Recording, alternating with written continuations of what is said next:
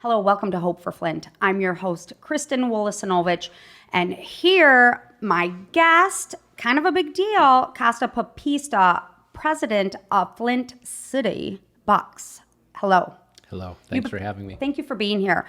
Well, you've been busy, so we are so excited to have you here. Tell us a little bit about what's been going on these past few weeks. Well, the team was on a roll, and it culminated with a national championship on Saturday night, August 3rd, at Kettering's Atwood Stadium. Yes. Phenomenal run. The last 30 days have been off the charts, crazy. And you won 1-0, right? We won. Yes. We won 1-0. Atwood Stadium was rocking. Yeah, 7,100 people. The environment was incredible. We defeated Reading, which a formidable opponent. They were fantastic. Okay. And it took us until the 110th minute, the second overtime, for us to ultimately win with a PK. Isn't that crazy? I was there. It was amazing. The night was beautiful, and the crowd was really magical, and the energy was lit. So well done. So let's talk a little bit about Flint City Bucks. Tell me a little bit about the team and how long you've been around. Okay. Well, the team originated 24 years ago, actually started in Saginaw. The original owner and today my partner is Dan Duggan. Okay. So Dan started it in Saginaw. They were known as the Mid-Michigan Bucks. And then 12 years ago, the team moved to Pontiac, Michigan. So the last 12 years, they've been playing indoors at Ultimate, which is an indoor arena in Pontiac. In Pontiac, okay. I was talking to Dr. McMahon about a year and a half ago about the potential of bringing a soccer franchise to Flint, and I was also at the same time talking to USL, which is the league based out of Tampa. Okay. And USL said, have you ever talked to Dan Duggan, who operates the franchise in Pontiac? I knew Dan's brother, Jim, from my time in Saginaw. And so we agreed to meet, had a nice discussion. After a few weeks, this all kind of evolved. Isn't that crazy? Yeah. That's how things happen. Right. Evolved very into quickly. Moving the franchise from Pontiac to Flint. Well, and I think what's been so great, we've had Dr. McMahon on the show, and what we talked about is it was such a beautiful incentive for Kettering to redo Atwood Stadium. What a landmark for the city. Right. And to now have families and sports events and people now filling the stadium. It's colossal. It's right. Beautiful. So it's cool. So what date was that then when things started to kind of come together? Oh, wow. This was this would have been in early 18, and October 30 is when we made our announcement that we were going to relocate the franchise. Okay. And we had to, get lots of different approvals from the league and other people. And then January, we announced the rebrand, calling the team the Flint City Bucks. We had a community competition, so really... Oh, they named it. We yeah. named it. Yeah, the Flint community City did, Bucks. yes. I love that. Now, was the team, the players themselves, the same players that you had and transitioned over, or did you add, or was there some attrition included? We added. So this league, the USL League 2, is the premier player development league in North America. So all the top college players that want to play in MLS, they come to this league to get recruited. Okay. And so last season, the Bucks lost 5 players. It's good news. They went to MLS, and this is our business. It's a good thing. Yes. We're in the business business want it to flow. Of developing players. So I'm expecting even more players to be drafted after a season like this. We'll have a great draft in January at the MLS draft. And what happens is, while you lose those players, which is good and bad, at the same time, more young talent wants to come to Flint. Isn't that great? Yeah, because they're seeing the opportunity. So what are their ages on average? And actually, it's international. Yes. Correct? So I would say 90% of our players are college athletes. Okay. They're the top D1 athletes from across the country. Many of those are international students that have been recruited from countries all around the world. So this year, as an example, we had a couple players from Spain, a couple from Brazil, one from Argentina, Ghana, Guinea, all over. So when they come here, do they live with billet families, or do they have their own housing? No, they live, we partnered with U of M, Flint, and they live at Riverfront. And so they were all living literally on the 15th floor of Riverfront this summer. How fun was that? Yeah, Riverfront will never be the same, Nope. nor will downtown. They really enjoyed themselves. That's so great. living downtown. And how cool to bring such diversity into the city. Can I ask you something personal? So when my 5-year-old daughter, my older daughter, was playing soccer and I was running up and down the fields next to her screaming at her. Was that wrong, do you think? Well, No, I mean, my mom says it was a little weird. Well, as long as you're screaming encouragement. Well, I was like, well, she was really good because, just naturally, genetically course. good, obviously. But I would like run up and down. Now, granted, when they started, there was no goalies. It was like that 3-on-3, but she'd score like 100 goals. So I knew she was naturally gifted. Okay. And it was in 8th grade when she couldn't dance and play softball and play volleyball and play soccer when she had to start making choices. Right. But my younger one, we love softball, so I play soccer, so kind of family. And I don't run up and down though. That's okay. I've learned and evolved. As long as it's positive and encouraging. I can't say it was.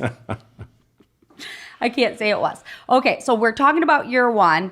Talk about how it kind of came to fruition, got the name, made the launch. When does the season start? You did the announcement in January. When does the actual season start? Is it all year round and it's all inside and then outside once the weather breaks? So players start trickling in April, okay. and then we're training in really May 1st. We had our opening game was a friendly against Detroit City. Okay. And that's when it all kicks off in early May, and then if you go as far as we did this year with the playoff run, you go into August. Wow. That's the season. So were you expecting this success, or did it just start to kind of...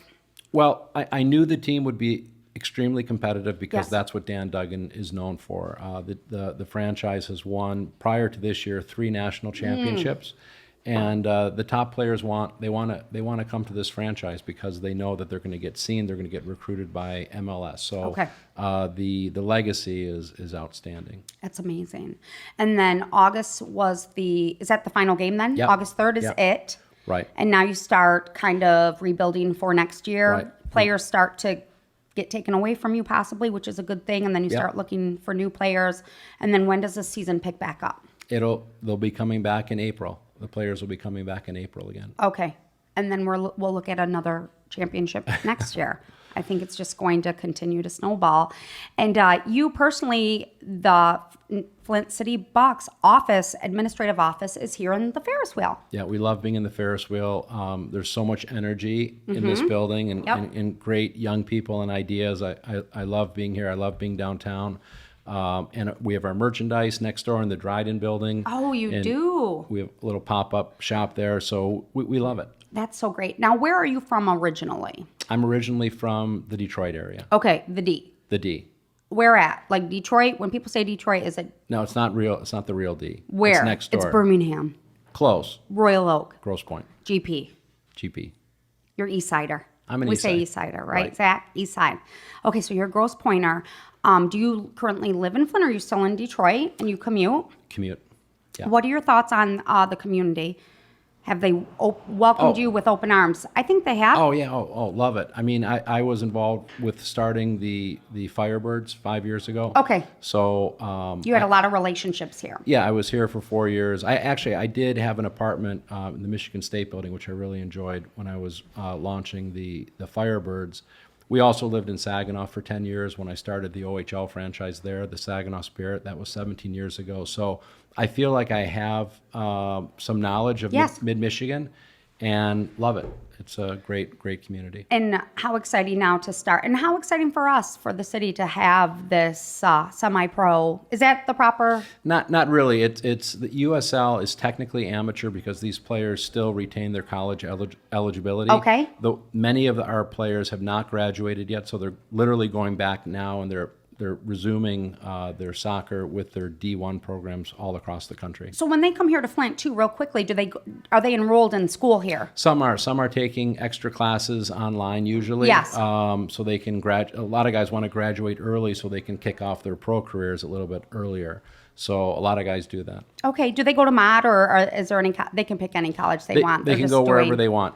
They can go over, and I think some may have taken some classes at U of M Flint because it actually worked time-wise for our schedule, our season schedule. Oh, wow. Isn't that so? It's exciting.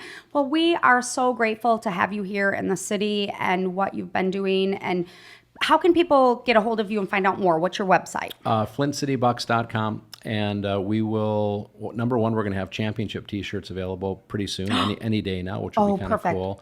And then we're actually going to be on sale in a few days for season tickets for next season. Okay. And everything this year was, it was so much fun to see the support build as the team did well, and the team, ended up doing very well in the playoffs. You could see the support really mounting, and that was cool. So I think next year I'm very excited for, getting to work this off season on the marketing and promotional side, and really seeing a bigger foundation, a bigger fan base right off the bat next year. Cool. Well, I went to the game. Thank you so much. And you provided my tickets. Thank you. And I was right front row on the bench, and I was coaching. I was right there. And I played a little bit as well. So I put my shoes on, Zach, got out there, scored that winning goal, came back, coached them. So I better get a free champion T-shirt. You'll get a ring. Thank you. I wasn't going to say that on air, but I just wanted people to know how much I've contributed to your success, Casa. Thank you.